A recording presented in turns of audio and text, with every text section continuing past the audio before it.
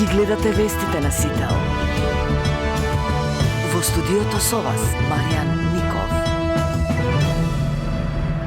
Добро утро, вести во 8. Македонија денеска одбележува 5 години од зачленувањето во НАТО, откако на денешен ден во 2020 година стана 30-та членка на Алијансата. Со тоа земјата реализираше една од незините стратешки цели која е зацртана и во резолуцијата на Собранието која ја усвои во 1993 година. По повод 5 годишнината денеска во клубот на пратеници во Скопје ќе се одржи средба на министерот за надворешни работи и надворешна трговија Тимчо Муцунски со амбасадорите на земјите членки и партнери на Алијансата. Според агендата на почетокот на настанот ќе се обрати министерот Муцунски. Процедурата за ратификација на пристапниот протокол беше финализирана на 19 март 2020 година, кога амбасадорот на Кралството Шпанија во Вашингтон го предаде инструментот за ратификација на Вашингтонскиот договор, со што се заокружи третата и последна фаза од пристапниот процес. На 27 март 2020 година, преку македонската амбасада во Вашингтон, во Стејт департментот во САД беше депониран инструментот за пристапување кон Северноатлантскиот договор, со што земјава и официјално стана 30-та членка на Алијансата.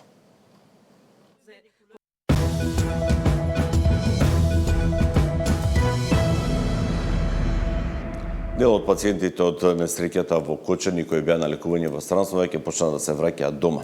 Со исклучок на оние 4 критични пациенти, сите останати се во добра здравствена состојба и сега надлежните го планираат нивниот процес на лекување кој може да потрае.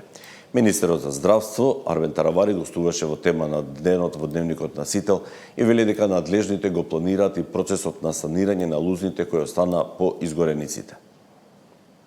Ги поминавме првите 10 дена и фала Богу, барем до сега резултатите се окей. Значи, до денеска, фала Богу, нема ниеден починат, иако имаме 4 во критична состојба, меѓутоа ниеден починат. И сега сме во втората фаза на компликации и рехабилитација. Компликации очекуваме уште, можеби, недела до 2 недели максимум, а потоа рехабилитацијата веќе е започната за одредени пациенти, која што може да трае од неколку недели до неколку месеци. Јас очекувам барем од бројките што ги имаме од овие пациенти кои што се надвор, кои што се лекуваат, очекувам некаде околу 40 до 50 пациенти да имаат потреба за подолготрајна рехабилитација.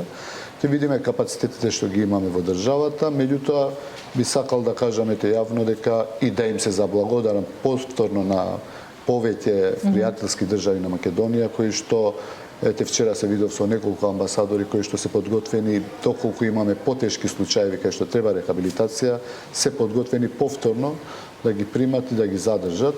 Одредени држави се подготвени некои пациенти да ги задржат малце подолго, додека комплетно бидат излечени, така да нешто ќе створиме наши капацитети тука, нешто ќе продолжиме можеби во надвор од државата. Генерално за нас како здравствен систем, меѓутоа и како влада е сите овие пациенти да бидат безбедни и со што помалку последици. Бидејќи знаете, генерално за жал се работи за деца од 15 до 35 години, генерално се 15 до 25 години. Така да многу им значи не само физичкиот статус, физичкото здравје, туку и да речам тоа естетски изглед на овие деца, бидејќи се работи за испекотини кои што знаат да остават илузни и одредени работи кои што може да ги стигматизира во општеството. Двајца поранешни градоначалници на Кочани се враќаат во домашен притвор откако судија на претходна постапка е прифатил нивната жалба и решил да им ги ублажи мерките. Со тоа поранешните градоначалници Радко Димитровски и Николчо Илиев од притвор се селат дома, додека последниот градоначалник Љупчо Папазов, кој си поднеси оставка по трагедијата, останува во ефективен притвор. Информацијата ја потврди и од обвинителството, каде велат дека веќе поднеле жалби. Постапувајќи по поднесените жалби од вкупно 17 осомничени, Основниот суд Кочани ги одби жалбите на 14 лица и ја потврди мерката притвор. За 3 лица мерката ефективен ја замени со куќен притвор. За двајца од нив се поранешни градоначалници на Кочани.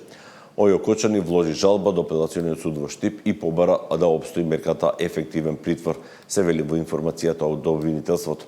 Отаму додава дека во куќен притвор се сели поранешната директорка на Државниот пазарен инспекторат Анета Симевска-Димовска. Одлуката била донесена поради здравствени причини и за неа обвинителството нема да се жали.